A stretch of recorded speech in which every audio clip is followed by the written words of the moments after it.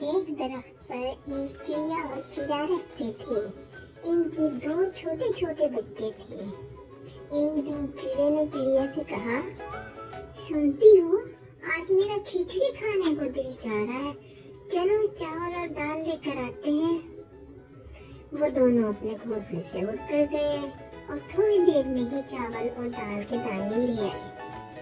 چڑیا بولا، تم ایسا کرو کھچڑی بناؤ، تب تک میں نہا کر آتا ہوں۔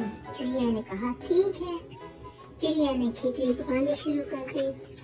کھچڑی بن گئی تو وہ اپنے بچوں کو کھانا کھلانے لگی۔ بچوں نے کھچڑی بہت شوق سے کھائی۔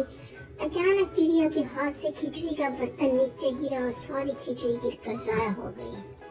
چڑیا بیچاری بہت پریشان ہوئی کہ اب کیا کروں۔ اسی وقت چڑاپ آ گیا۔ اس کو بہت زیادہ بھوک لگی ہوئی تھی۔ اس چڑیا سے کہنے لگا، جلدی سے کھچڑی لا دو۔ چڑیا نے ڈر کے مارے بتایا کہ کھچڑی تو گر گئی۔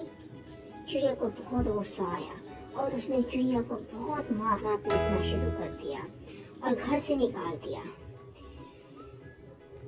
دراصل چڑیا کو بہت زیادہ بھوک لگی ہوئی تھی اور اس نے سوچا ہی نہیں کہ میں غصے میں کیا حرکت کر رہا ہوں۔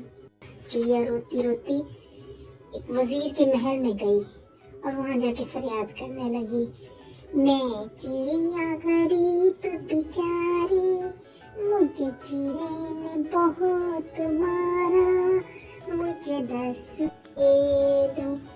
وزیر اس کو 10 روپے دیتا ہے۔ پھر وہ جاتی ہے بادشاہ کے پاس، کہتی ہے، چڑیا غریب بیچاری، مجھے چڑے نے بہت مارا، مجھے 10 روپے دے دو۔ بادشاہ کو بھی اس پہ ترس آ جاتا ہے اور بادشاہ بھی اس کو 10 روپے دے دیتا ہے۔ دوسری طرف جب چڑے کا غصہ ختم ہوا تو اس کو بہت دکھ ہوا کہ اس نے کیا کر دیا اپنی چڑیا کے ساتھ۔ وہ جلدی سے چڑیا کو ڈھونڈنے کے لیے نکلا۔ اس نے دیکھا چڑیا ایک درخت پر بیٹھی تھی۔ چڑیا اٹھتا ہوا گیا چڑیا کے پاس، اس سے معافی مانگی، اس کو کہا کہ گھر چلو۔ چڑیا بولا، چلو میری چڑیا گھر چلیں، ہمارے بچے تمہارے بغیر بہت اداس ہیں۔